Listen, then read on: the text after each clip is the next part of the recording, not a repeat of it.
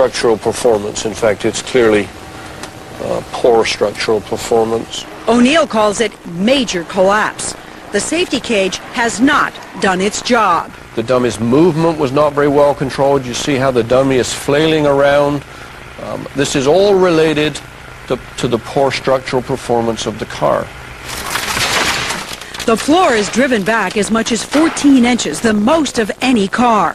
Dummy readings show the driver would have had 2 broken legs. We see this car as performing poorer than even the other 2 that we rated poor. This one does stand apart.